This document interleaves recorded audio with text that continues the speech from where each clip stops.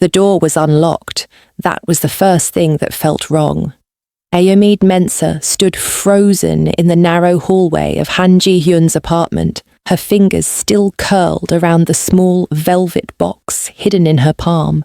Gold ribbon, red lining, the ring inside pressed like a secret against her skin, heavy, hopeful, stupid. She had flown across the city in the rain for him, skipped her mother's calls, ignored the ache in her feet, because today was his birthday.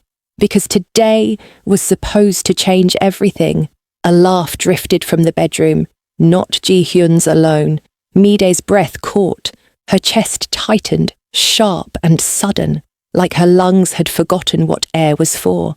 Another sound followed, soft, breathless, familiar in the most unforgivable way. Her feet moved before her mind did.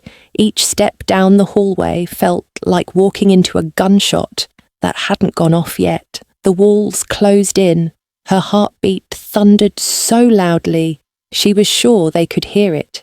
She stopped just outside the bedroom door. It was ajar, and through that narrow crack, her world ended. Ada Mensah's voice, her baby sister's voice, slid through the room, careless and intimate. "Mide won't come today," Ada said lightly. "She never surprises anyone." Ji-hyun laughed. The sound shattered something ancient inside her. Mide pushed the door open. Time did not slow. It collapsed. Ji-hyun jerked upright on the bed, shock draining the colour from his face. Ada turned, eyes wide and not guilty, not ashamed, just startled, like a thief annoyed at being caught too early. No one screamed, no one apologised. Mide stood there, rain dripping from her hair, the velvet box slipping from her fingers and hitting the floor with a dull final sound. Her sister stared at her, then smiled. "Mide," Ada said, tilting her head. "You weren't supposed to be here." Ji-hyun scrambled to his feet. "Wait, listen, this isn't... Was my 18-year-old sister your little angel?" The words left Mide's mouth cold and steady, even as something feral tore through her ribs. Ji-hyun froze. Ada didn't. She rose slowly, unbothered, wrapping herself in Ji-hyun's shirt like it belonged to her, like everything belonged to her. "You don't own him," Ada said, "and you don't own me." Mide laughed. It cracked, jagged, wrong. "You knew," Mide whispered to Ji-hyun. "Every time you hugged me, every time you promised me a future, you knew." He opened his mouth, closed it. His silence screamed louder than any confession. "I was going to propose today," Mide said quietly. That finally did it. Ada's smile flickered. Ji-hyun reached for Mide. "Please, I didn't understand what I felt until I left," Mide finished. "Until I was gone." She stepped back before his hands could touch her. Something inside her died, and something else woke up. She turned and walked out. Didn't run, didn't cry. Not yet. The rain outside Seoul felt heavier than the one she remembered back in Nigeria, thicker, colder, like the city itself was judging her for believing in loyalty. Her phone buzzed once, twice, 10 times. Ji-hyun. She turned it off. She didn't see the black car until it stopped beside her, didn't hear it, didn't sense it. The door opened. "Get in," a deep voice said calmly. "Before you collapse." Mide looked up. Han Joon-seok, Ji-hyun's younger brother, the one people didn't talk about unless they wanted trouble, the one whose name lowered voices, the one who never smiled unless someone was bleeding. Their eyes met, and something dangerous recognized something broken. "I don't need help," Mide said, even as her knees trembled. Joon-seok studied her like a loaded weapon left in the rain. "You don't," he agreed, "but you're going to take it anyway." Thunder rolled overhead. Mide hesitated, then stepped into the car. She didn't know yet that he had always been watching her.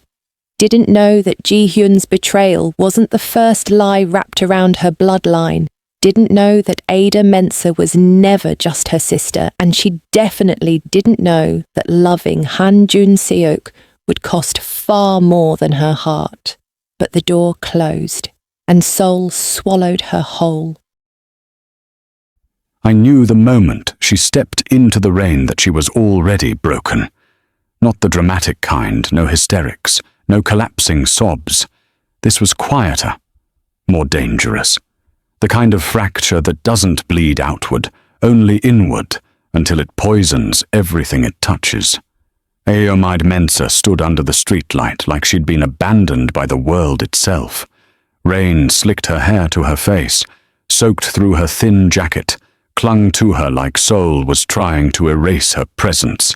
But her spine was straight, her chin lifted, her eyes were empty. That was what made me open the car door. I had been watching from across the street, cigarette unlit between my fingers, my driver pretending not to notice how long I'd gone still. Ji-hyun's building loomed behind her, all glass and concrete and lies. I'd arrived earlier than planned, intent on dragging my brother into a conversation he'd been avoiding for weeks. I didn't expect to see her walk out. I definitely didn't expect to see her look like that. "Get in," I said, my voice steady, controlled. I didn't raise it, didn't soften it either. Softness makes people suspicious. She looked at me like she was deciding whether I was real. "I don't need help," she said. A lie, a brave one, but still a lie. "You don't," I replied, "but you're going to take it anyway." Thunder rolled overhead, the sound low and angry. For a moment, I thought she'd refuse, thought she'd turn and keep walking until she disappeared into the rain, and whatever reckless choice waited for her next. Then she stepped into the car. The door closed with a sound that felt final. She didn't cry. That was the first thing I noticed once we pulled away.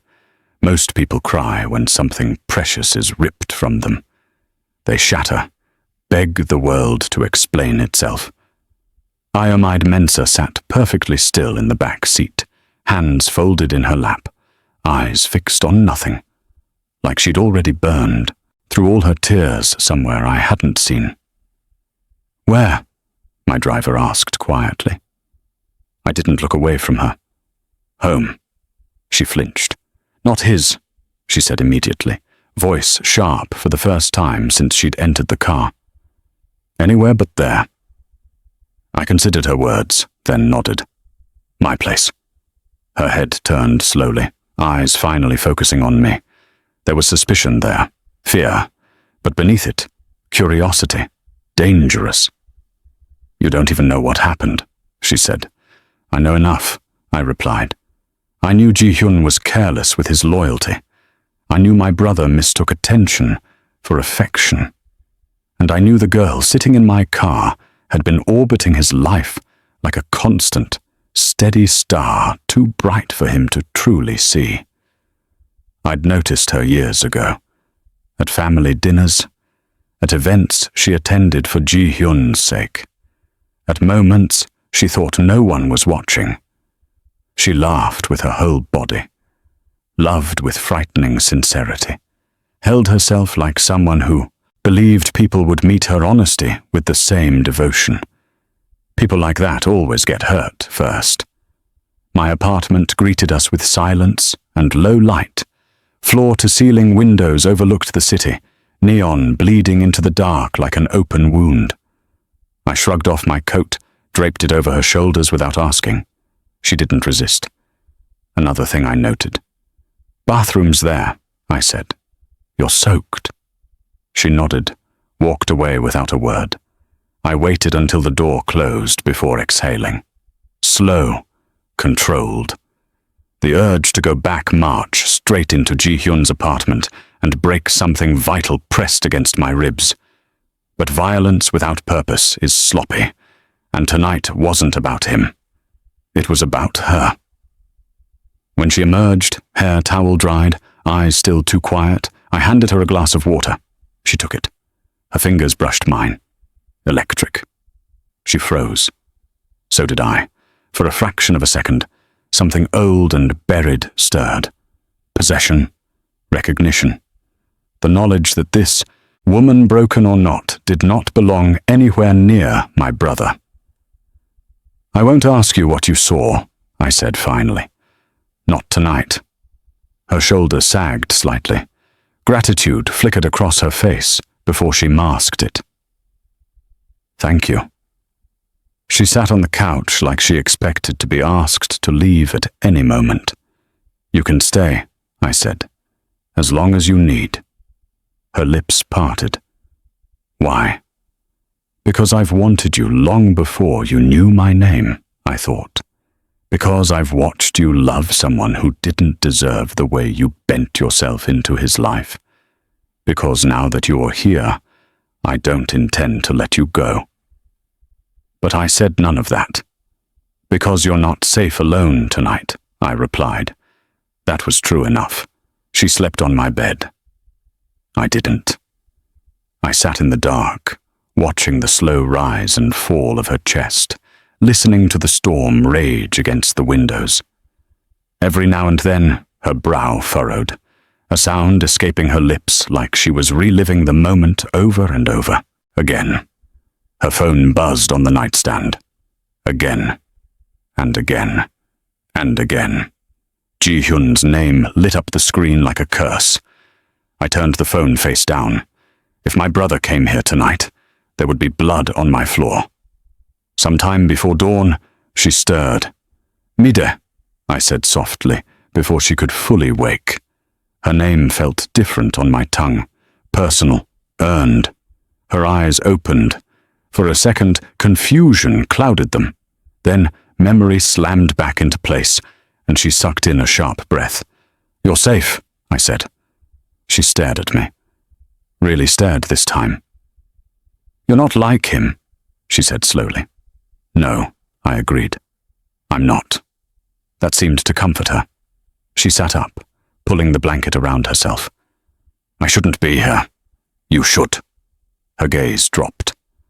"I don't want promises." "A warning." "Good." "Neither do I," I said. The truth was heavier than it sounded. I didn't make promises I couldn't enforce. And if I chose her, when I chose her, it wouldn't be with words. It would be with action.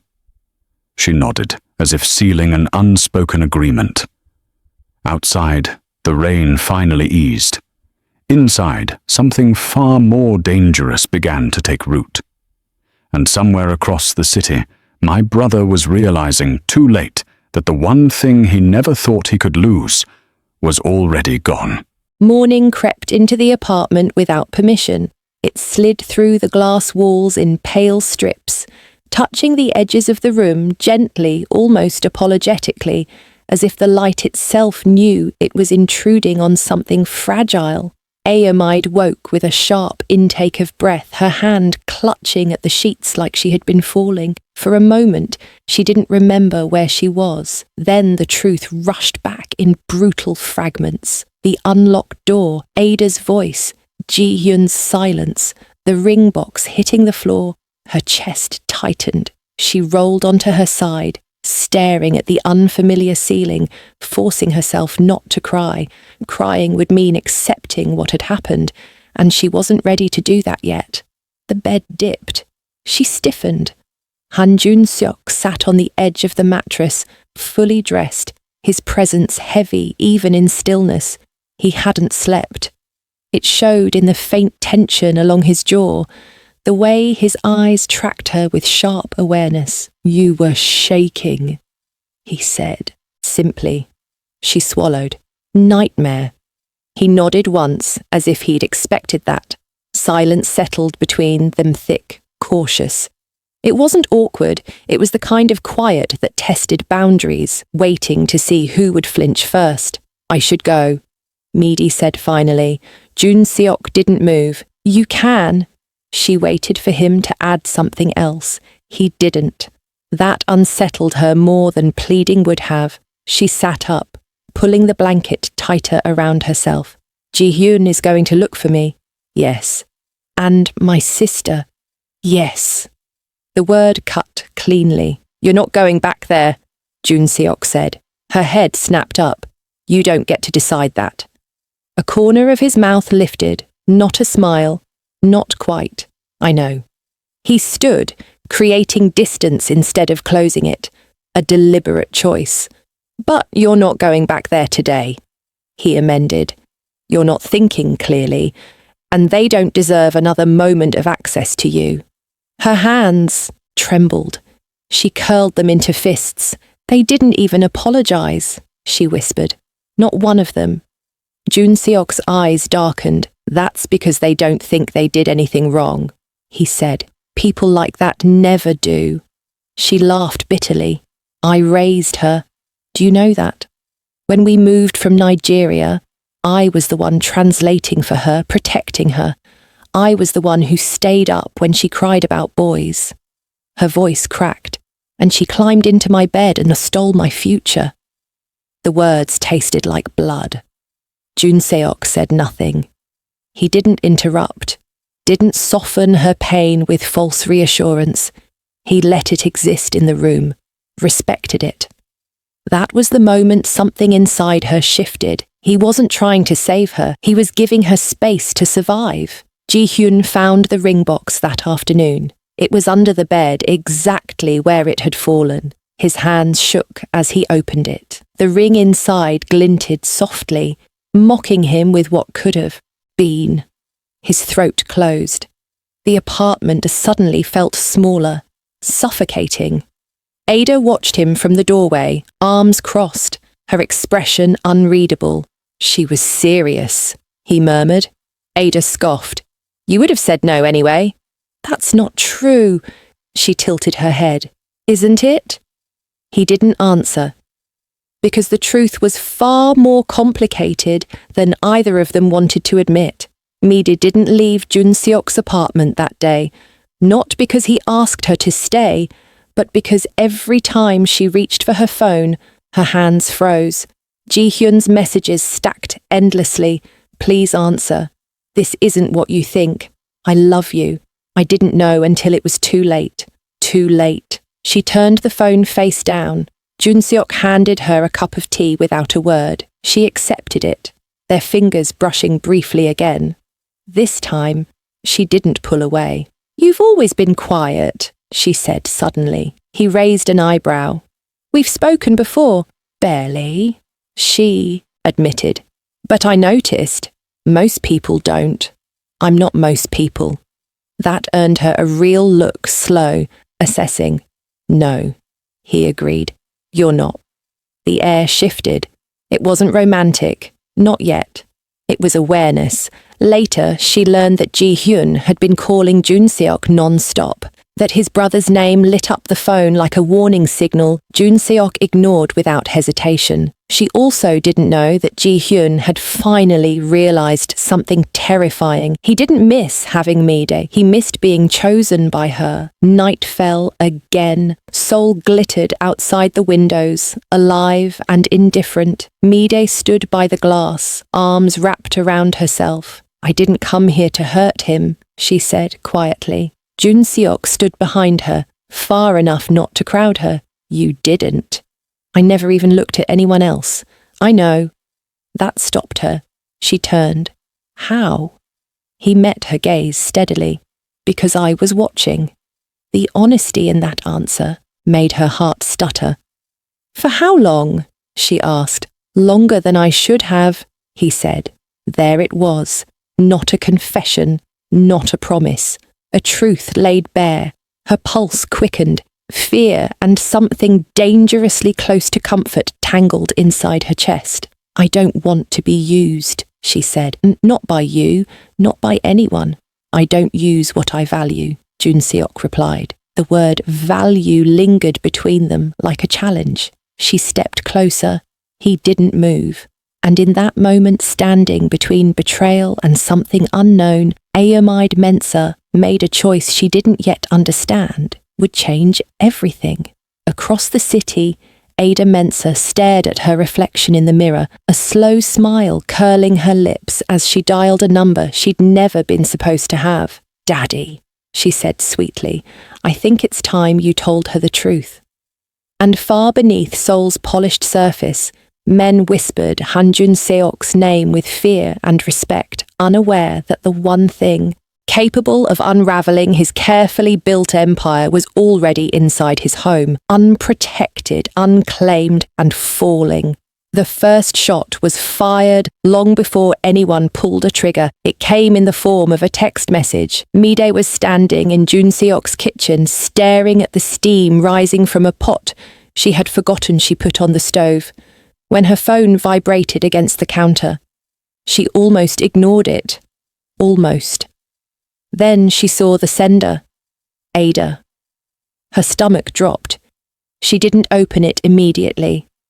Her fingers hovered, trembling not with fear, but with a strange, coiled anger that had been growing quietly since the night before. When she finally tapped the screen, the message loaded slowly, like it wanted to hurt her properly. "You were never supposed to be the one he loved. Ask Mama about the man who paid for my school fees. Ask her why I was always forgiven." Mide's breath left her lungs in a sharp exhale. "What is it?" Joon-seok asked from behind her. She didn't answer. Her eyes skimmed the words again and again, each reread peeling back memories she had never questioned. The private school Ada attended, the foreign trips, the way her mother went silent whenever Ada asked about her father, mistress daughter, the phrase echoed without mercy. Joon-seok took the phone gently from her hand, read the message once, then set it down, face up on the counter, like a challenge. "She wants a reaction," he said calmly. Mide laughed a thin, broken sound. "She always did." The pot boiled over. Joon-seok turned off the stove with controlled precision, as if chaos were something that responded to order. "She won't get one. Not today." Mide turned to him, eyes sharp. "She thinks she's won." "She hasn't," he replied. "She's only loud because she's afraid." "Afraid of what?" His gaze held hers, steady and unflinching. Being replaced. Across the city, Han Ji-hyun was unravelling. He had not slept. His apartment smelled like regret and stale alcohol. The ring box sitting open on the table like evidence at a crime scene. Ada lounged on the couch, scrolling through her phone, unbothered. "She's not answering," he muttered. Ada didn't look up. "She will." "When?" "When she realises he's using her." That made him snap. "You don't know that," Ji-hyun said harshly. "You don't know Joon-seok."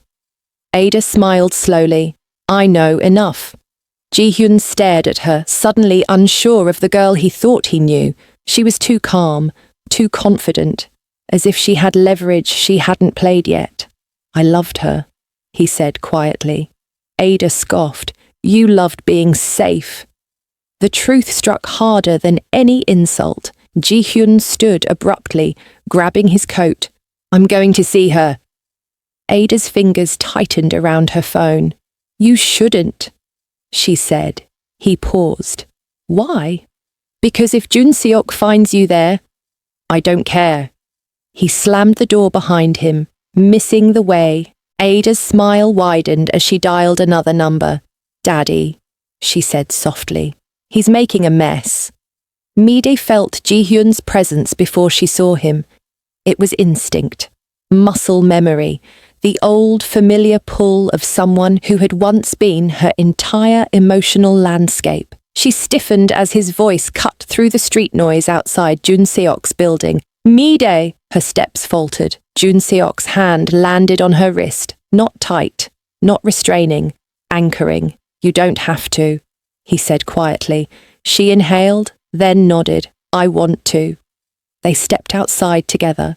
Ji-hyun froze when he saw them, side by side, something ugly twisted in his chest. "Mide," he said again, softer now. "Please, let me explain." She didn't move toward him. "You explained enough with your silence," she replied. He looked at Joon-seok. This is about revenge, isn't it? Joon-seok met his brother's stare without blinking. This is about consequence. Ji-hyun turned, back to her, desperation bleeding through his voice. I didn't know I loved you until you were gone. Her expression didn't change. That's not love, she said. That's loss. The words hit him like a slap. I chose you every day, she continued. You chose yourself and my sister. Ji-hyun's face crumpled. She meant nothing. That's worse, Mide said, because I meant everything. Silence fell heavy, unforgiving. Joon-seok stepped forward then, positioning himself subtly in front of her, protective, final. Leave, he told Ji-hyun. Ji-hyun's gaze flicked between them, realization dawning too late. You've wanted her all along. Joon-seok didn't deny it. That was the cruelest part. Ji-hyun walked away with his pride in pieces. He didn't see the black sedan parked across the street, didn't notice the men inside watching Joon-seok with calculated interest. That night, Mide dreamed of fire, not destruction, but cleansing.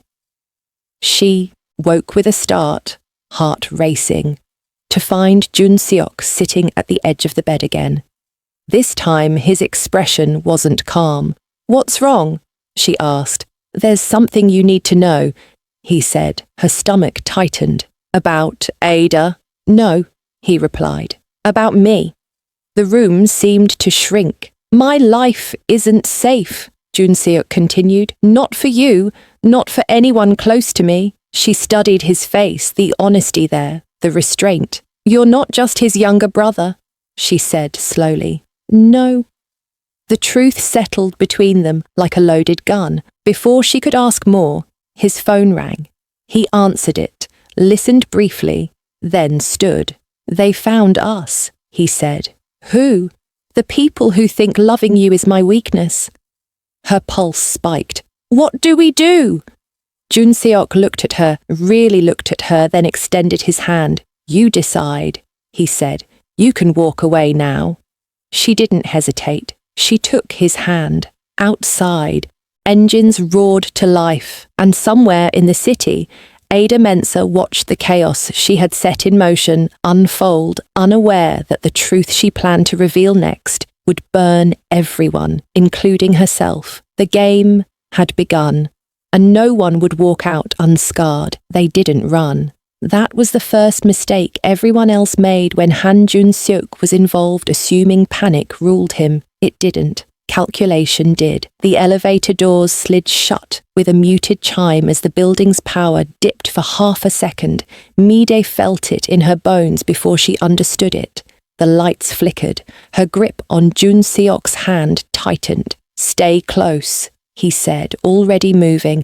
The elevator stopped between floors. Silence. Then third. Something heavy struck the metal doors from the outside. Mide's breath hitched. Joon-seok! Behind me. The word wasn't loud, but it was absolute. He positioned her against the wall, his body a shield, his hand reaching inside his jacket. The second, Udar came harder, denting the door inward. A voice echoed through the shaft. Boss says you should have stayed untouchable. Joon-seok smiled. It was not a kind expression. The doors forced open just enough. The gunshot was deafening. When the elevator lights came back on, one man lay bleeding on the floor, groaning, his weapons skittering away. Joon-seok stepped over him without a glance and hit the emergency exit. The stairwell was chaos, boots pounding from above and below, shouts ricocheting off concrete walls. Mide's heart slammed violently, but she didn't scream, didn't slow. She moved when Joon-seok moved, instinct syncing with survival.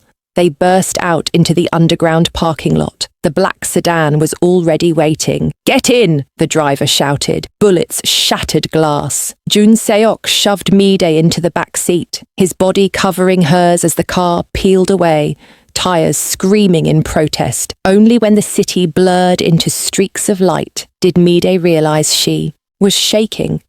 Joon-seok turned, cupped her face firmly. Look at me. She did. You're alive, he said. Breathe. She sucked in air, nodded once, then anger surged. You said I could walk away, she snapped. Was that a lie? No, he said evenly, but you chose not to. The weight of that choice settled over her. They didn't go to his apartment. They went lower. Concrete, steel, silence. A safe house beneath the city, stripped of luxury, built for war.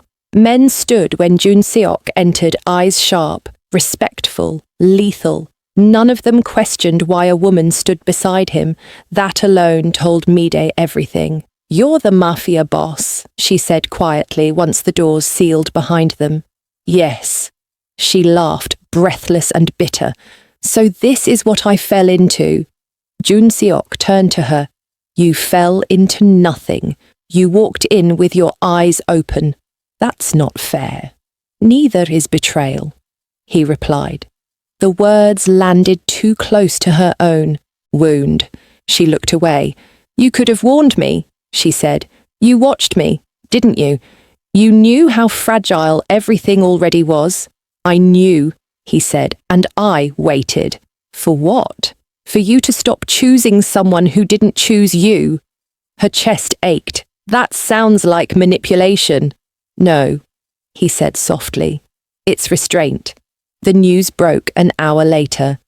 Ji-hyun questioned in connection with underground network dispute.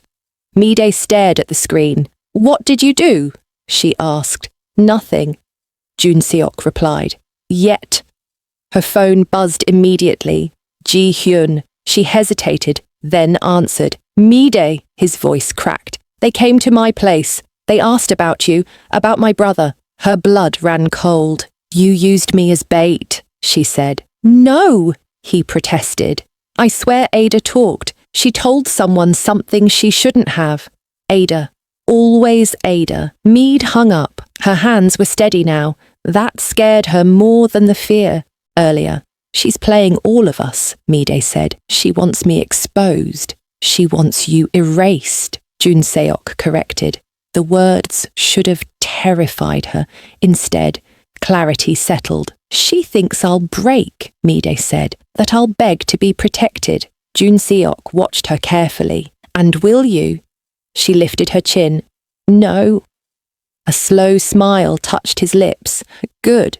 Across the city, Ada Mensah sat in a high-rise apartment that wasn't hers, wearing a silk dress bought with money that didn't come from her mother's account. A man stood by the window, Nolder, powerful, familiar in the way nightmares were familiar. You were warned, he said coldly. Ada swallowed. She was never meant to matter. But she does, the man replied. And now Han Joon-seok has chosen her. Fear finally crept in. Ada whispered, He won't kill her. The man turned. No, he said. But I might. Back in the safe house, Mide stood alone in the mirror, studying her reflection. The girl who wanted to propose was gone. In her place stood someone sharper, quieter, dangerous in a different way. Joon-seok appeared behind her. This life doesn't give second chances, he said. If you stay, it will change you. She met his gaze through the glass. I've already changed, she said. I just finally stopped pretending I hadn't. Outside, Seoul pulsed, unaware that a war had just found its centerpiece, and Ayomide Mensah was no longer a bystander. She was the reason blood would be spilled next. The first rule of survival revealed itself quietly. Trust no one who suddenly becomes kind. Mide learned this an hour after the safe house doors sealed shut, and the adrenaline finally drained from her veins. The men who moved through the underground space did so with disciplined ease, armed, alert, and unfailingly respectful toward Han Joon-seok. Toward her, they were careful. Not distant, not warm, measuring. She noticed everything. The way conversations stopped when she entered a room, the way eyes flicked to Joon-seok before answering her questions, the way no one called her madam, not yet. That detail mattered. Joon-seok stood at the center of the room with his lieutenants, voice low, controlled, issuing orders that carried the weight of inevitability. He did not raise his voice. He never needed to. The hit wasn't random, he said. They knew where to look. One of the men nodded. Someone talked. Mide's name hovered unspoken in the air. She didn't. Joon-seok added immediately. And she won't. Silence followed. That was power, not fear, not force, certainty. When the meeting ended, he turned to her. Eat something. I'm not hungry. You're lying. She almost smiled. They sat across from each other at a steel table, untouched food between them. For the first time since the night before, there was no chaos demanding her attention. Just truth. You could still send me away, Mide said quietly. Hide me somewhere. This doesn't have to be personal. Joon-seok's gaze sharpened. It already is. The words settled into her bones. Because of Ji-hyun? She asked. No, he replied. Because of choice. She understood then. This wasn't about revenge or rivalry. This was about lines crossed and claimed. Her phone buzzed again. This time, it wasn't Ada. It was her mother. Mide's throat tightened. She answered. Mide, her mother said, voice strained. Where are you? I'm safe, Mide replied. What's wrong? A pause, a heavy one. Ada is gone, her mother said. She left this morning, took her passport, and... Her voice broke. She asked about her father. The room seemed to tilt. Mide closed her eyes. So it's true, she whispered. Joon-seok stiffened slightly. You knew? Her mother asked, defensive already. You were older. You were strong. I didn't think. She's not my responsibility anymore, Mide said, the words cutting cleaner than she expected. She ended the call. For a moment, she just sat there, breathing through the ache. She ran, Joon-seok said. She always does, Mide replied, toward whoever gives her power. Power is temporary, he said. Control isn't. She met his eyes. And which one do you offer? He didn't answer immediately. Then, truth. That was more dangerous than any promise. Ji-hyun found Ada 3 hours later, not because she wanted to be found, but because she wanted him desperate. She was in a hotel suite overlooking the Han River, dressed like a woman who had never feared consequence. When he burst in, breathless and furious, she barely looked up from her drink. You told them, he accused. She smiled lazily. I told someone. They tried to kill him. They tried to scare him, Ada corrected. You don't scare monsters by whispering. Ji-hyun grabbed her wrist. You're destroying everything. She leaned in close, eyes glittering. No, I'm revealing it. He recoiled. You think she'll forgive you? She continued.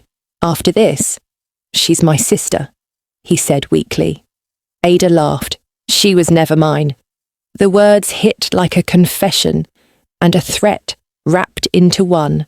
Back underground, Mide stood before a locked door she hadn't noticed before. What's in there? She asked. Joon-seok didn't answer right away. Then he opened it. Inside were weapons, files, screens glowing with surveillance feeds, names, photos, networks. Her name was there too, not as a target, as an attachment. You planned for me, she said slowly. I prepared for possibility, he replied. Even before Ji-hyun betrayed me? Yes. Her heartbeat roared in her ears.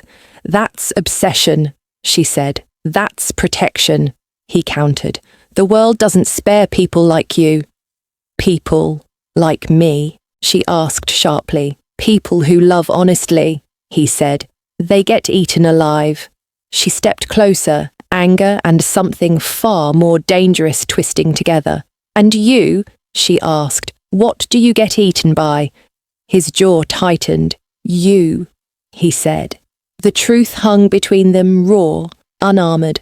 That night, Mide didn't sleep. She sat alone, scrolling through old photos in Nigeria, laughter, family dinners where Ada sat too quietly, watched too closely, clues she had ignored, warnings she hadn't wanted to see. Her phone buzzed once more. An unknown number. She opened it. If you want the truth about your sister, come alone. If you want to live, don't tell Joon-seok. Mide stared at the message. Then she stood.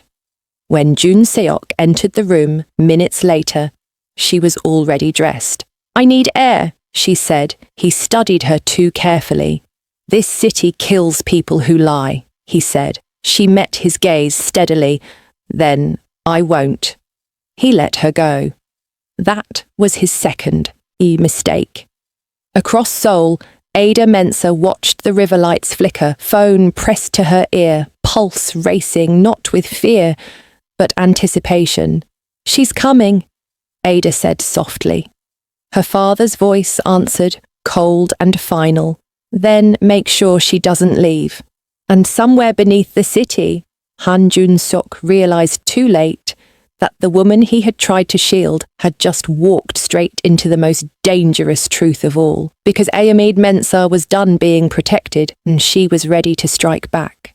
Before we go any further, please subscribe and turn on notifications, because this story is about to get darker, more dangerous, and absolutely unhinged. You'll regret missing a single second. The streets of Seoul were quiet, but quiet was a lie. Mide moved fast, each step deliberate, her phone in one hand and her other hand brushing the wall for balance. She wasn't afraid, not really, not anymore. Fear had been replaced by purpose, sharp and precise.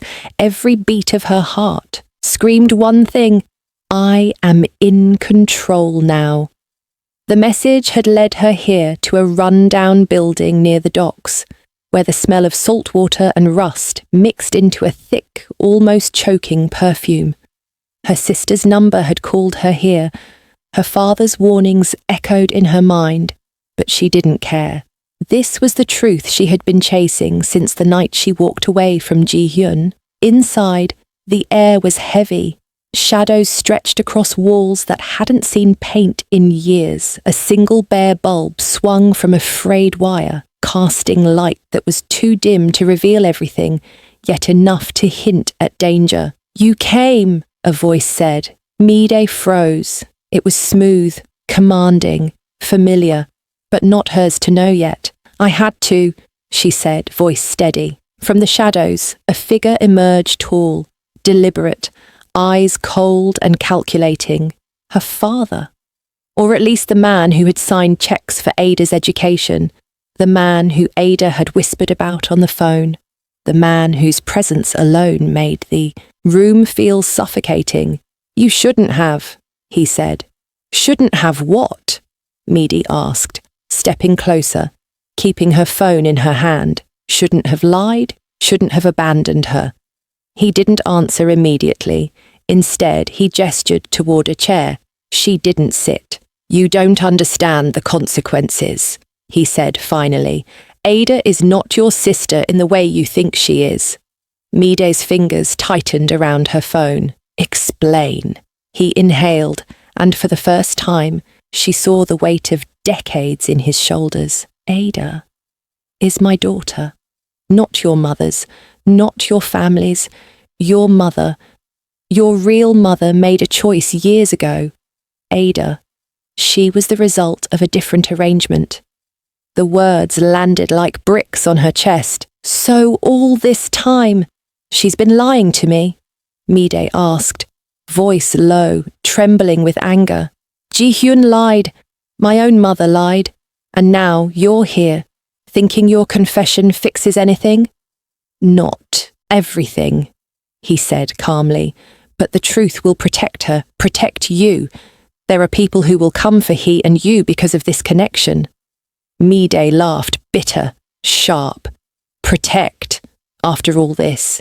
You expect me to forgive. You expect me to just obey. He didn't answer. Meanwhile, in another part of the city, Han Joon-seok was no longer patient. He had traced her phone, followed the movements, calculated every step she could possibly take, and when he realized she had gone into the docks, his face hardened. "Of course," he muttered. "Of course she walks straight into danger." He moved with speed that belied his composed exterior, a shadow among shadows, leaving only footprints in the rain-slick streets. Men in his network were already moving, tracking the dock's perimeter, but he didn't wait. He didn't delegate this to anyone else, because she was his, because no one else would be able to keep her alive if trouble found her first. Back in the warehouse, Mide's eyes adjusted to the dim light. She could see Ada now standing in front of a steel cage, calm and calculating, a small smirk on her lips, as if she had been waiting for this moment. "You came," Ada said softly, almost taunting. Mide's pulse didn't falter. "I always do," she said. Ada tilted her head. "Do you know why you're here?" "Yes, because you wanted me to see the truth." Ada smiled. "And because father wants me to." The mention of him made Mide step closer. Her fists clenched. "You!" A shot rang out. The bullet smashed into a crate near Mide's head, splintering wood, raining dust. She dropped to the floor instinctively, heart hammering. A second shot followed. Her eyes found Joon-seok, then the way he stepped from the shadows like a predator. Calm, precise, deadly, his gun trained, movement fluid, body taut with restraint and raw strength. "Stay behind me," he ordered. Mide didn't hesitate. Joon-seok moved as if the shadows themselves obeyed him, every step calculated. The men who had been hiding stepped into the open too soon. Within seconds, Joon-seok had disarmed one, elbowed another unconscious, and swept a third to the ground. Mide could barely breathe. She had never seen such lethal precision, such quiet rage restrained only by purpose. "You should never come here alone," Joon-seok said, low and dangerous. "I didn't come for protection," Mide said, almost breathless. "I came for answers." "And you got them," he replied. Her gaze flicked to Ada, who looked unbothered, almost smug. "Do you know what this means?" Mide said, her voice trembling slightly. "Do you know what your lies, your manipulations, have done?" Ada tilted her head, smiling. "I know exactly what they've done." Joon-seok stepped closer to Mide, shielding her, and whispered in her ear, "Let me handle her." Mide's fingers grazed his arm, not pulling away. She didn't need to. For the first time since the betrayal, she felt safe and dangerous because she wasn't going anywhere without claiming her victory. A single message lit up Ada's phone. "He's here." Her eyes widened. Outside the warehouse, engines roared as black cars slid into the shadows, and somewhere high above Seoul, lights from a helicopter cut across the night sky. The war had begun, and no one, not Mide, not Joon-seok, not Ada, would walk away unscathed. The night air smelled of salt, smoke, and danger. Mide crouched behind a stack of crates, her heart hammering so loudly she was sure Ada could hear it. Across the warehouse, her sister lounged casually, a faint smirk on her lips, but her eyes glittered with ice, the kind that warned of calculated cruelty. "You really think you can just show up and take control?" Ada called, voice echoing against the metal walls. Mide stepped forward, fists clenched, jaw tight. "I didn't come to take control. I came to demand answers." "You want answers?" Ada laughed. "Fine. Ask away." She gestured toward the cage. Inside, dozens of documents and files were stacked neatly, each marked with the Han family crest. Everything you ever thought you knew about your father, your life, even your little secrets. They're all here. But be careful. Some truths burn. Before Mide could respond, the warehouse doors slammed open. Joon-seok stepped inside, quiet as a shadow, eyes narrowed, every muscle coiled with lethal intent. "Step away from her," he commanded, voice low and dangerous. Ada's smirk widened. "Or what? You'll shoot me? You're a Mafia boss, Joon-seok, not her father. She's just a girl to you." Mide's hand twitched. A part of her wanted to yell at Ada, to tear through the arrogance and lies. But Joon-seok's gaze caught hers. A silent warning, "Don't." He stepped forward, his presence so overwhelming that even Ada faltered. "She's not just a girl," he said slowly, deliberately. "And you," he added, turning his piercing gaze to Ada, "should never underestimate the people who protect what's theirs." The lights flickered as if reacting to his words, shadows stretching unnaturally across the walls. Ada's smirk wavered. "You think I'm afraid of you?" "Not yet," Joon-seok replied, "but you will be." Suddenly, a sharp whistle cut through the air. Mide's stomach dropped. Her father stepped from the shadows, older, imposing, radiating power that matched his daughter's calculated cruelty. "You came," he said to Mide, his voice low, measured. "Good." Mide raised an eyebrow. "You've been watching all along?" "I've always known where you were," he replied, "and what you were capable of." Ada's eyes flicked between her father and Joon-seok. "You've been lying to both of us," she hissed. "All these years." Her father's expression hardened. "Ada, you don't understand the cost of secrets." "I understand enough," she snapped. "Enough to control this city, enough to make her suffer, enough to—" A loud bang interrupted her. The crate behind her exploded in splinters, throwing her off balance. Joon-seok had fired a warning shot from behind. Precise, controlled. His eyes didn't leave Ada. "You think this is a game," he said, calm, almost hypnotic. "It's not. It's life. And right now, I'm the one writing the rules." Mide felt a surge of something unfamiliar exhilaration. Danger, yes, but also clarity. Every betrayal, every lie had led her here. She was no longer the naive girl who had wanted to propose to a cheating friend. She was part of something bigger, more dangerous, and terrifyingly thrilling. Her father stepped closer, gaze locked on her. "I never wanted you involved in this. You're strong, but strength alone isn't enough." Mide met his stare, voice unwavering. "I don't need your approval. I don't need your protection. I've survived everything you never prepared me for, and now I choose who I stand with." Joon-seok's lips curved slightly. "Good answer." Ada's hands twitched, reaching for something hidden at her waist. But Joon-seok's shadow moved first, fast as lightning. In one fluid motion, he disarmed her, pressing the barrel of his gun to her temple. "You were warned," he said softly. Mide's chest heaved. She realized she wasn't afraid. Not really, because she wasn't alone.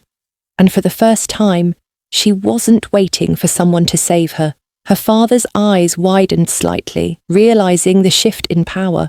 "Joon-seok, I protect what's mine," he said, voice ice and steel. "And she's mine." Ada's smirk faltered. Her control slipped, just a fraction. That was enough. Mide stepped forward. "It's over," she said. Her voice carried, slicing through the tension like a blade. "I decide. Not you. Not him. Not anyone." Ada's eyes narrowed, fury and disbelief battling across her features. "You think you can just—" "You think you were ever in control?" Mide interrupted, stepping closer, hand on her hip, voice steady, sharp. "No, I always was. You just didn't see it." The warehouse fell silent. Outside, the city hummed, oblivious to the war unfolding within. Inside, lines were drawn, loyalties tested, and for the first time, Mide felt the intoxicating weight of power in her own hands. She glanced at Joon-seok. He didn't smile, didn't speak, just watched her, protective and possessive, his dark eyes promising one thing. He would not let anyone take her from him, not Ada, not her father, not anyone. And Mide finally realized the only person she had to fear now was herself, because falling for Joon-seok was no longer optional. It was inevitable, and the game had only just begun. The warehouse smelled of iron and smoke, a scent that seemed to stick to the walls and linger in the air. Mide's heartbeat didn't. Slow. Every nerve in her body was alive, alert, sharp, ready. She had never felt more awake, more dangerous. Joon-seok stood beside her, calm as ever, his presence a shield she couldn't see but could feel in every tense muscle. Ada's father had stepped forward, his tall frame looming, the kind of presence that made even seasoned men flinch. "You're reckless," he said, voice low, almost a growl. "Do you know what you've done? This isn't a game for children." "I know exactly what I've done," Mide said, standing taller, voice steady. "I've stopped letting you control me." Ada laughed, but it was brittle, forced. "You're a child yourself, pretending you're in control." Mide's hands curled into fists. "I've learned from watching you, from surviving everything you thought would break me. And now, I decide." Her father's eyes flicked to Joon-seok. "You're the boy who hides behind power. You don't understand her, what she is." "I understand her perfectly," Joon-seok said, stepping forward, his voice low, dangerous. "She's not weak, she's not fragile, she's mine, and anyone who thinks otherwise will pay." Ada's smirk faltered for a fraction of a second. Mide noticed it immediately. Power dynamics had shifted. The predator was no longer who they expected. "You're bluffing," Ada's father hissed. Joon-seok didn't respond. He didn't need to. The subtle tension in the air, the coiled threat in his stance, said more than words ever could. Then Ada moved. In a flash, she lunged for a hidden blade at her waist. Mide reacted instinctively, stepping forward, hand grabbing Ada's wrist mid-lunge. The steel pressed against her palm, biting, leaving a sharp sting. But Mide didn't falter. "You're done," she said, voice calm, ice cold. "Not me, not now." Joon-seok's gun cleared in one smooth motion, a silent warning. Ada froze, her eyes wide, realizing for the first time she had underestimated them, both of them. "Do you understand?" Mide asked, her eyes locked on Ada's.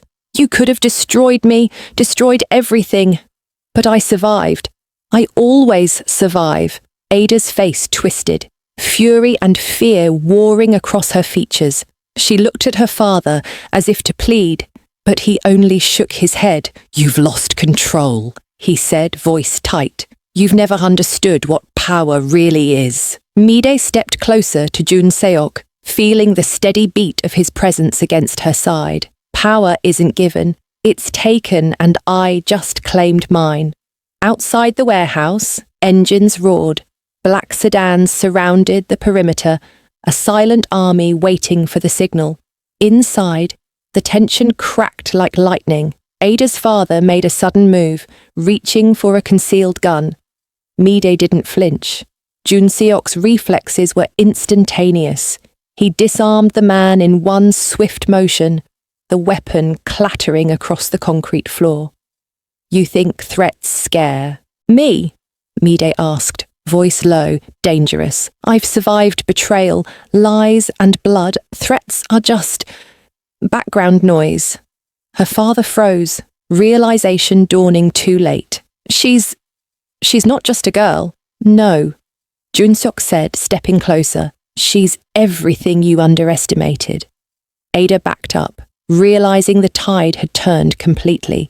Every plan she thought she controlled, every manipulation she'd executed, had unraveled. Mide's gaze softened not toward Ada, not toward her father, but toward Joon-seok. In the darkness, in the chaos, she realized she was no longer afraid, not of bullets, not of lies, not of the man who had haunted her dreams since the night she found betrayal in her own home. She was ready, and she was not going anywhere without fighting. A sudden crash outside shook the building. Joon-seok's eyes snapped to the shadows, scanning. "Reinforcements," he muttered. "They've come sooner than expected." Mide's pulse surged. This was it. The moment when every choice she had made, the pain, the betrayal, the courage would either crush her or make her unstoppable. She gripped Joon-seok's arm. "Let's finish this." He didn't hesitate. Not once. Together they stepped forward, a united force. Ada's father drew a last desperate breath. "You think you can survive? We will survive." Mide cut in, voice sharp, unwavering, and as the first shots rang out, echoing through the steel and concrete, the city outside remained oblivious, but inside the battle had begun, and nothing, not betrayal, not lies, not even blood, would stop what was coming next. Gunfire shattered the quiet like a scream. Mide moved with lethal precision, ducking behind crates, boots scraping concrete, heart racing but not with fear, with focus, with intent. Every movement had purpose, every breath was measured. She was no longer the girl who had stumbled into Joon-seok's world. She was part of it now. Joon-seok was beside her, calm as a shadow. Each shot he fired was deliberate, controlled, deadly. No hesitation, no mercy. "Stay behind me," he barked. She ignored him, not out of defiance, but because she didn't need to. She was already a part of this storm, and she wouldn't hide. Ada's father had called in reinforcements, men armed, dangerous, ruthless. They moved like a tide, filling the warehouse with the smell of gunpowder and fear. But every man who stepped forward met Joon-seok first and fell. Mide's eyes locked on Ada. Her sister had drawn a small pistol, hidden in her coat. The smirk was gone now, replaced by raw tension. "You shouldn't have come," Ada hissed. "I wasn't coming for you," Mide said, voice steady. "I was coming for the truth, and for everything you tried to take from me." Ada fired. The bullet tore through a crate near Mide's head. Mide dove, rolling across the concrete floor, the smell of splintered wood filling her nose. Joon-seok's voice cut through the chaos. "Mide! I'm fine!" she shouted back. Feeling adrenaline sharpen her senses, he didn't argue. He knew. She had always been dangerous, but now she was lethal. Mide rolled behind another stack of crates, peeking out. She fired at one of the reinforcements fast, controlled, accurate. The man dropped, screaming, the chaos unfolding like a storm. Her pulse didn't falter. Every betrayal, every hurt, every lie had built her into this. She wasn't afraid. She was alive. Ada moved closer, weapon trained. "You think you're better than me?" She spat. Mide stepped forward, voice low, deadly. "I am. And I've survived your games. I've survived Ji-hyun. I've survived you." Ada's father tried to intervene, moving between them. Gun raised, but Joon-seok was faster. A single movement, disarming him, and he fell to the ground, groaning. "You should have stayed home," Joon-seok said quietly, almost a growl, stepping close enough that his shadow swallowed. "Mide, now you've crossed a line." Mide felt his heat, his presence, and for the first time, the fear that had once held her back was gone. She was no longer a bystander. She was a participant in the chaos, and she owned it. The reinforcements faltered, confused by the lethal precision of Joon-seok and the sudden ferocity of Mide. Bullets flew, splintered wood and sparks danced across the warehouse. Mide moved like a predator. Each shot she fired was calculated, each movement planned. She wasn't just defending herself, she was taking back everything stolen from her, her dignity, her life, her power. Ada realized too late that Mide had changed. The girl she thought would beg, who would stumble, was gone. She's not the same, Ada whispered, eyes wide. No, Joon-seok said from behind Mide, voice cold. She's better. Ada's father scrambled to a higher vantage point, pulling a gun with a shaky hand. Stop this! This isn't who you are, Mide. Mide's eyes flicked to him. I am who I've always been. You just never wanted to see it. Her aim was steady. She fired. The gun slipped from his hand, clattering to the concrete floor. Ada's smirk was gone. Fear flickered, brief but sharp. She glanced at her father, realizing she had lost not only the battle but the illusion of control. You won't survive this, she hissed. Mide stepped closer, a predator closing in. I already have, she said, voice like steel. And you're about to find out what that means. Outside, black SUVs circled, engines idling, ready to intervene. But Joon-seok's men controlled every exit, every angle. No one could touch them, not tonight. Mide glanced at Joon-seok, their eyes locking for a single heartbeat. In that moment, no words were needed. They were aligned, unstoppable, dangerous, and bonded by more than survival. Ada's father finally realized the truth too late. The girl he underestimated, the one he thought fragile, had become a weapon he could neither control nor stop. And Joon-seok, the dark, restrained force at her side, was the storm that would ensure she survived, no matter what blood had to be spilled. A single text buzzed Mide's phone. Unknown number. This isn't over. Not yet. She read it, eyes narrowing. Joon-seok leaned close. It never is, he murmured. Mide's lips curved into a dangerous smile. Good, I like the game. And with the city of Seoul as their backdrop, the battle wasn't over. It was only beginning. The warehouse was a war zone. Smoke curled from splintered crates, mingling with the sharp tang of gunpowder. Shadows danced across concrete walls as Mide and Joon-seok moved like a single entity, lethal and precise. Every breath, every heartbeat felt electric Naliv with danger and determination. Mide's eyes scanned the room. Ada was gone. Her father had disappeared, but their presence lingered in the chaos, like a storm waiting to strike again. She's planning something, Mide said, voice low, sharp. I know, Joon-seok replied, dark eyes scanning the exits, and I'm betting her father isn't far behind. Mide's fingers tightened around her weapon. Do you think he ever saw me as anything but fragile? Joon-seok's jaw tightened. He still doesn't, which makes him dangerous. The words weren't comforting. They were real. A shadow shifted near the far wall. Ada's voice echoed, sweet and mocking. Miss me. Mide's heart didn't skip. She stepped forward, gun raised, eyes locked. I should have known you wouldn't stay down. I'm not done, Ada said, smirk returning, but this one lacked the arrogance of before. There was fear behind it, thin and sharp, almost human. You think you've won, but you haven't seen the whole game. Before Mide could respond, a new figure appeared from the shadows.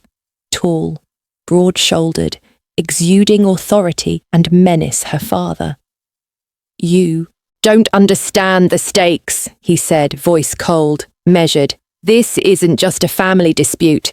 This is the Han network. Ada was meant to be my leverage. Mide's eyes narrowed. Leverage? Against me? He nodded slowly.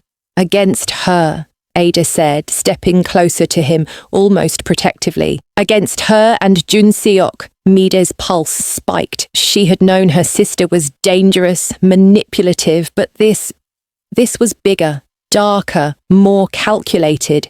You underestimated me, Mide said, and you'll pay for that. Joon-seok stepped beside her, his presence like a shadow wrapping around her. Let's finish this, he said, voice low, restrained, but edged with something dangerous. Mide met his gaze. In that look, she felt the connection, the unspoken bond forged in fire and blood. Ada's father raised his hand, signaling the men hiding in the shadows. End this now, he commanded. But Joon-seok's men were already moving, silent, efficient, deadly.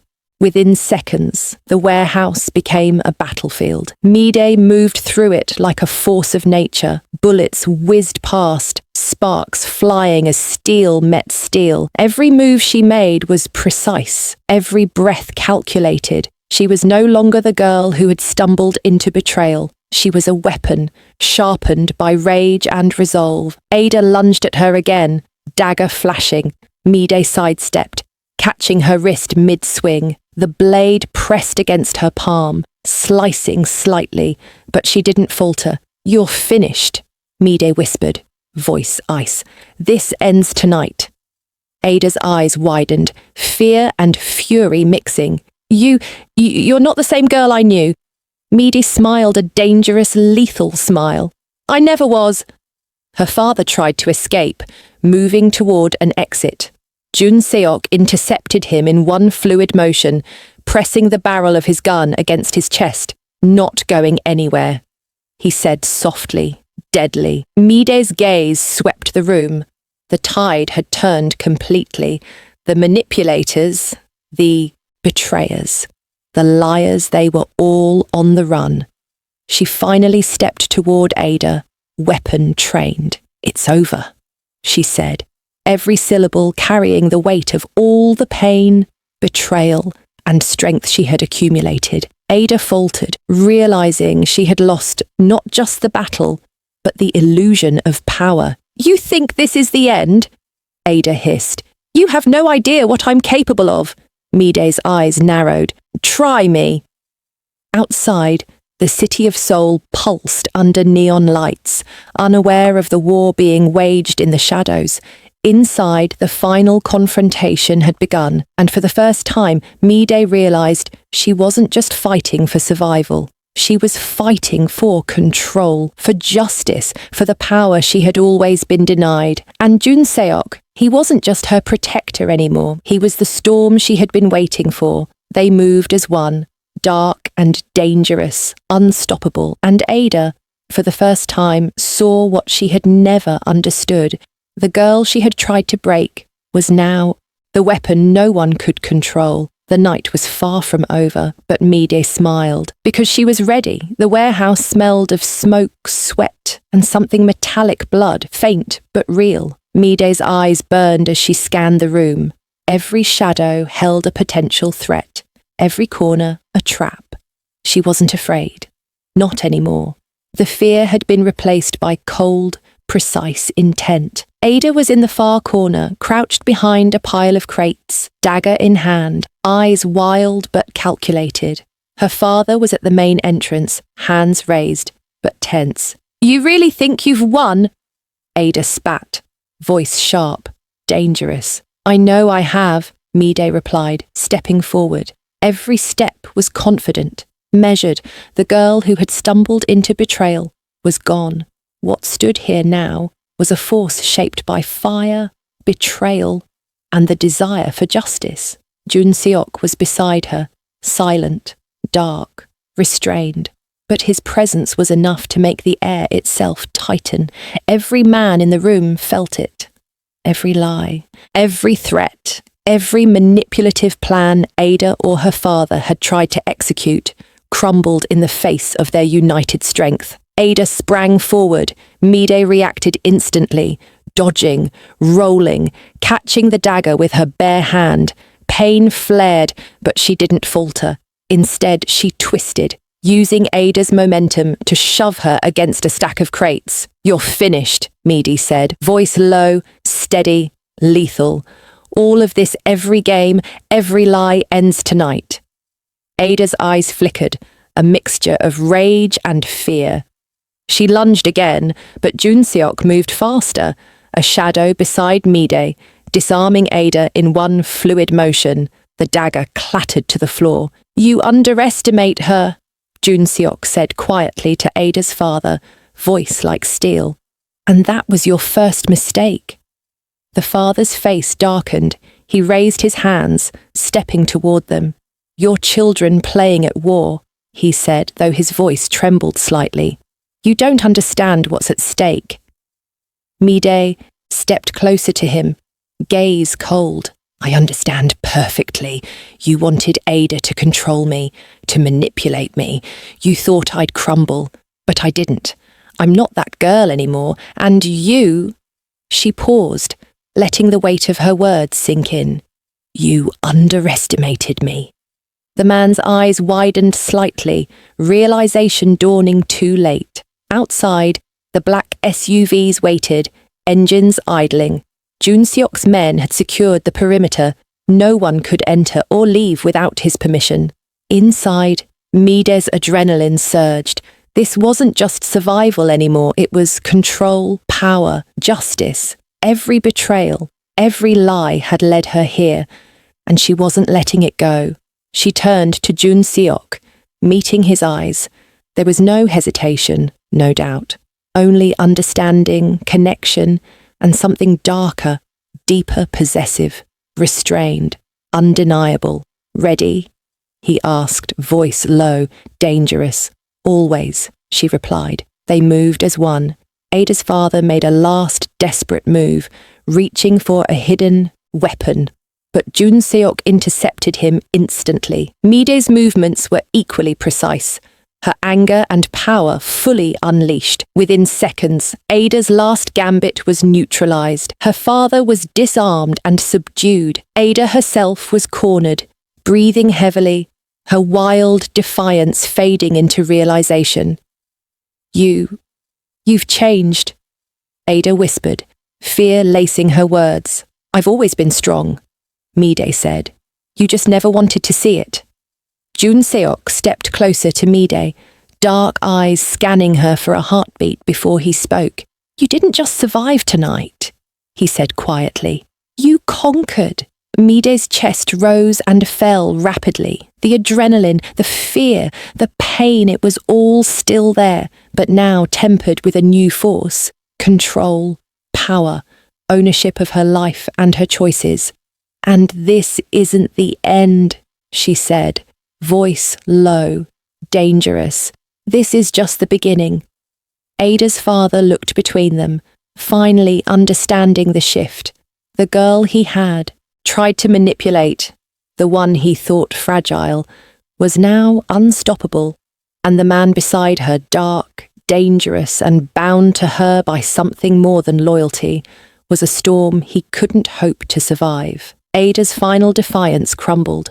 She lowered her eyes, realizing that power had shifted completely. Mide took a deep breath, glancing around the warehouse, bloodied, battered, chaotic, and for the first time, she felt a sense of exhilaration. She was no longer the girl betrayed by her best friend. She was no longer the sister who had lost everything. She was a force of her own making, and Joon-seok, he wasn't just beside her, he was part of it, part of her world, part of her power, part of everything she had become. The night was far from over. Allies, enemies, and secrets still lurked in the shadows. But for the first time, Mide knew one undeniable truth.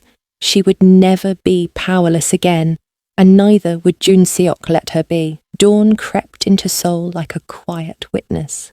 Pale, light bled through the cracks of the city, touching rooftops, glass towers, and alleys that had seen too much blood and too many secrets. The warehouse was no longer loud, no gunshots, no screams, just the low hum of engines outside and the sound of restrained breathing inside. Ada sat on the cold floor, wrists bound, eyes hollow.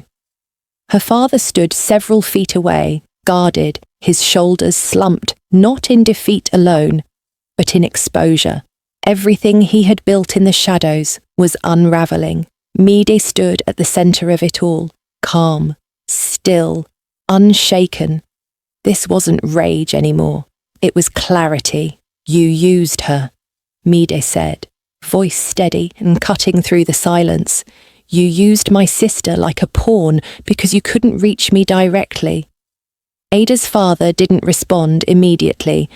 When he did, his voice was stripped of arrogance. Ada was never meant to be loved. She was meant to survive. Mide laughed softly, but there was no humour in it. That's the difference between you and me. I survived and I loved, and you tried to take both from me.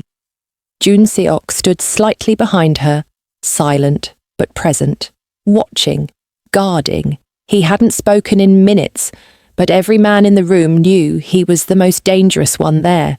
You think this ends here? Ada asked suddenly, her voice hoarse. You think exposure is enough? The Han network is bigger than him, bigger than you, bigger than... Enough, Joon-seok said. One word, final. Ada flinched. Mide turned slowly to face her sister, really looked at her.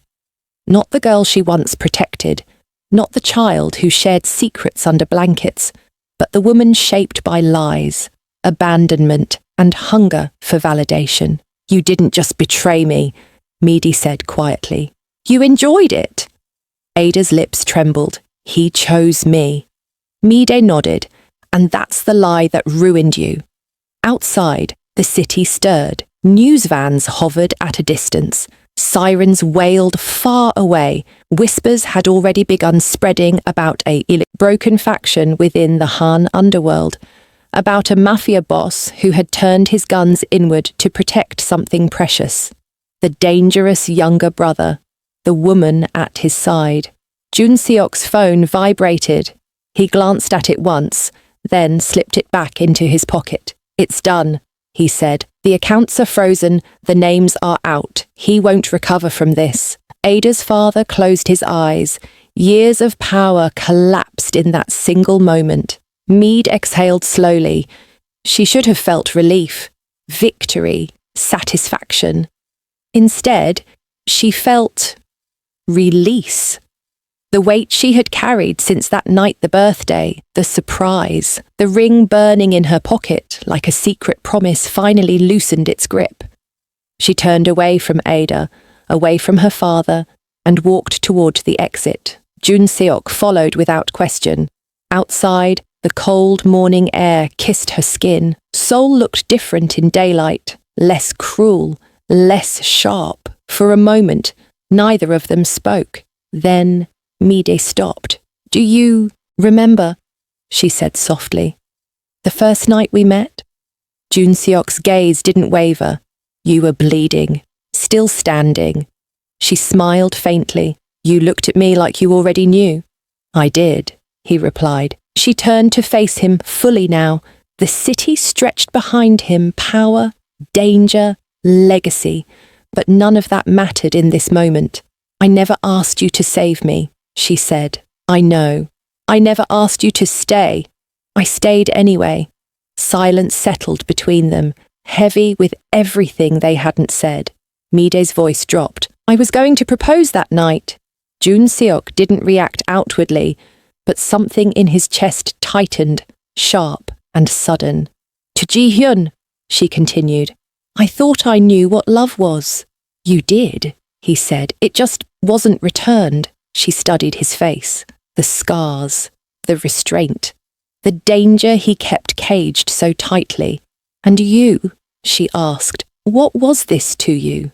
Joon-seok stepped closer, not touching, but close enough for her to feel the heat of him. I saw you long before you saw me, he said. You were never meant to belong to men who didn't see your worth. I didn't step in to replace him. I stepped in because the world was already trying to take you. Mide swallowed. They hadn't promised marriage. They hadn't spoken forever. But something deeper had been sealed in blood and silence. I don't know where this ends, she said. Joon-seok nodded once. Neither do I. A beat. But I know where it doesn't, he added, with you breaking alone.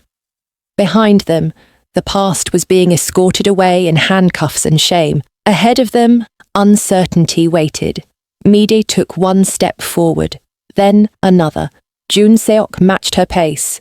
They didn't hold hands. They didn't look back. And somewhere in the city, Han Ji-hyun woke up to a world where the woman he betrayed no longer belonged to his regret, but to her own becoming.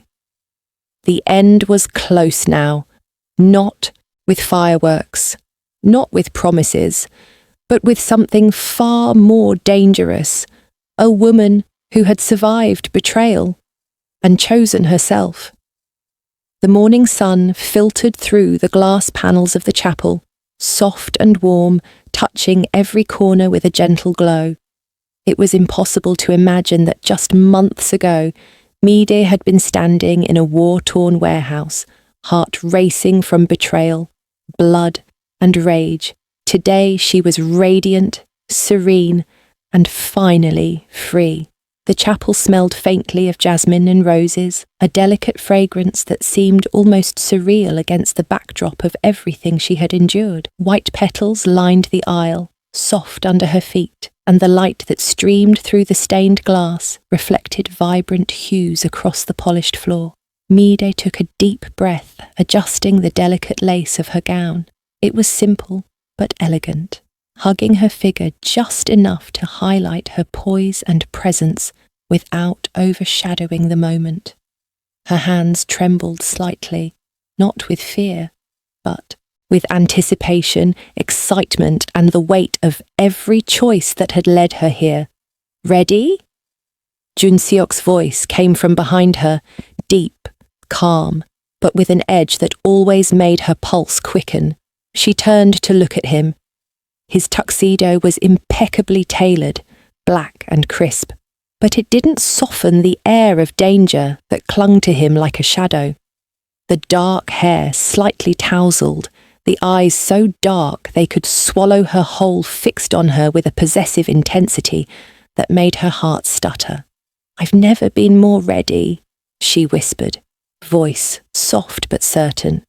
Joon-seok reached for her hand, fingers brushing hers lightly. The touch alone made the years of chaos, betrayal, and vengeance fade, replaced by a warmth she had never allowed herself to feel fully until he became her anchor. The ceremony began quietly, the organ playing a soft, reverent melody. Guests rose, a mix of family, close friends, and trusted allies who had survived the storms with them. Among them were Joon-seok's most loyal men, all standing respectfully, but even they knew better than to interfere in the space between the couple.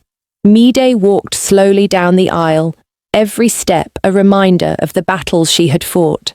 She remembered the night she found her sister and Ji-hyun together, the betrayal slicing through her like a knife, the blood and smoke of the warehouse, the quiet, dark intensity of Joon-seok as he stood by her side, always controlling the chaos while letting her take the lead in her own fight. Her gaze locked on him as she reached the altar. He hadn't moved, hadn't looked away, and the air between them seemed to crackle. He didn't just see her walk down the aisle, he absorbed her presence, memorized every detail, as though the entire world narrowed to this one moment. "You've been through a lot," he said quietly when she reached him, just above a whisper, "more than anyone should ever endure." "I survived," she replied, voice firm, "and I'm here because of you." Joon-seok's lips curved into the smallest, almost imperceptible smile, a dark promise that mirrored every moment of restraint, protection, and love he had shown. "I've been waiting for this," he said. "For you, for us. No distractions, no chaos. Just this."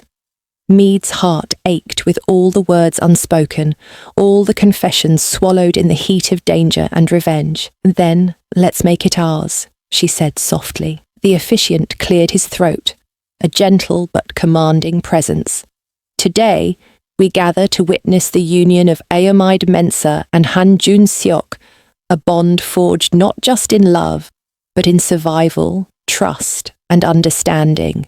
These two have faced betrayal, danger, and darkness, and yet they stand here, ready to create their own light." Mide's eyes softened as she looked at Joon-seok. "I never imagined."